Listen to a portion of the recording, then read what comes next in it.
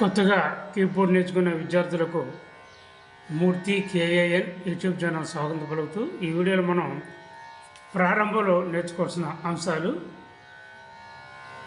3 స్థాయిలు వివరములు 12 స్వరస్థానాల పేర్లు అలాగే ఈ గుర్తులు ఎలా ఉపయోగించాలి ఈ 18 పేజీలు ఉన్న ఈ గుర్తులు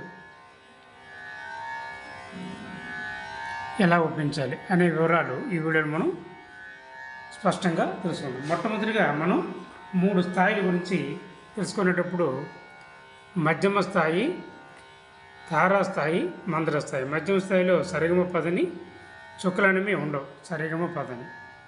అలాగే తారాస్థాయిలో సరిగమ పదని ప్రతిదిన చుక్క పైన ఉంటుంది, ఇక్కడ నుంచి ఇది ఇవన్నమాట.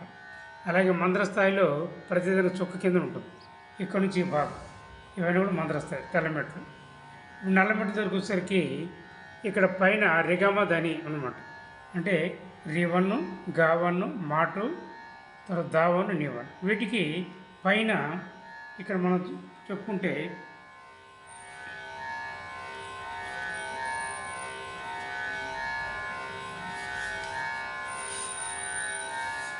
చూసారా,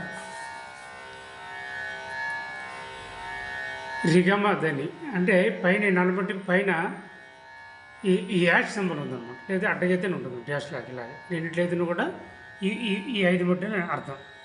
అలా కాకుండా ఈ యాష్ స్టారు లేదా డాష్ స్టారు అంటే నా బుక్లు ఎవరైనా ఇవ్వడం జరిగిందన్నమాట, గమనించగలరు.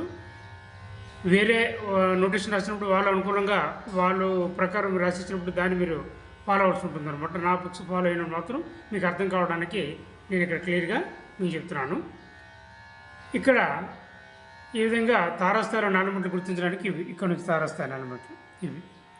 అలాగే అంటే ఈ యాష్ చుక్క పక్కపక్కన ఉంటాయి, పైన ఉంటాయి రెండు కూడా. మందర స్థాయి 4 ఏంటి, పైన యాష్ ఉంటుంది, కింద చుక్క, లేదా పైన డాష్ కింద చుక్క.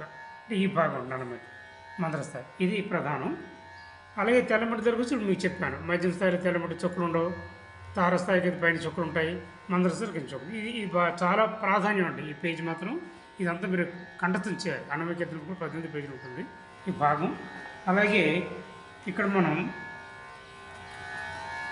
ఇక్కడికి వచ్చేసరికి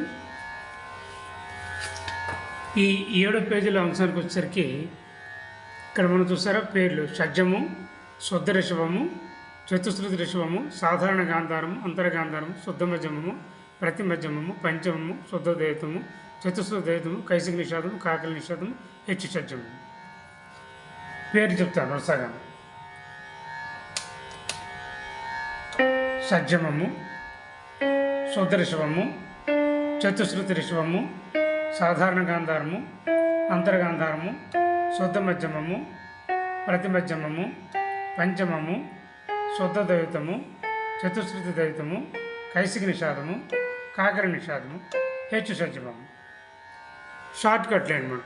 సూర్య అంటే శుద్ధ రిషభం, చారి అంటే చతుశ్రుతి రిషభం. ఇవి ప్రధానం. మళ్ళీ షార్ట్ కట్ నేమ్స్: సా, రీ1, రీ2, గావన్, ఘాటు, మావన్, మాటు, పా, దావన్, దాటు, నీవన్, నీటు, సా. సా, రీ1, రీ2, గావన్, ఘాటు, మావన్, మాటు, పా, దావన్, దాటు, నీవన్, నీటు, సా అన్నమాట. అలాగే మన సి స్కేల్లో నేర్చుకునేటప్పుడు ఈ పక్క 2 అంశాలు కూడా నేర్చుకోవాలి. అంటే ఇంగ్లీష్ కొంతమంది నేర్చుకుంటారు, కొన్ని మ్యూజిక్ సెంటర్లో కోచింగ్ ఇచ్చేటప్పుడు వాళ్ళు ఇంగ్లీష్ నోటేషన్ రాస్తారు, సాగపోతే సి ఇలాగనమాట. కాబట్టి ఈ పేర్లు కూడా ప్రధానంగా సి స్కేల్లో తీసుకోవాలి. ఏంటంటే ఇక్కడ చెప్తాను: C, C sharp, D, D sharp, E, F, F sharp, G, G sharp, A, A sharp, B, C. C, C sharp, D, D sharp, E, F, F sharp, G, G sharp, A, A sharp, B, C. పక్కన ఉండే శృతులు అంటే ఇక్కడ షడ్జమం చేస్తే ఇక్కడ నుంచి 1 శృతి ప్రారంభమవుతుంది.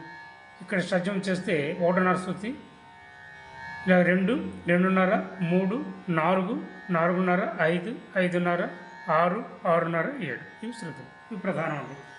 మొట్టమొదటిగా మీరు కీబోర్డు ఒక షాప్ నుంచి లేదా ఆన్లైన్లో బుక్ చేసుకుని ఇంటికి వచ్చినట్టే మీరు మొట్టమొదటిగా నేర్చుకొని వస్తున్న అంశాలు ఇవి. ఆ తర్వాత సరళ స్వరాలు ఎలా ప్రారంభించాలి. మన కర్ణాటక సంగీతం నేర్చుకుంటే మాయా మాళగోల్లో నేర్చుకుంటాం. అదే కీబోర్డ్ కోర్స్ అయితే మేము ఏం చేస్తాం, శంకరాభరణం రాగం ముందు ప్రారంభిస్తాం. నెక్స్ట్ వీడియోలో మీకు ఎలా ప్లే చేయాలి అని నేర్పిస్తాను.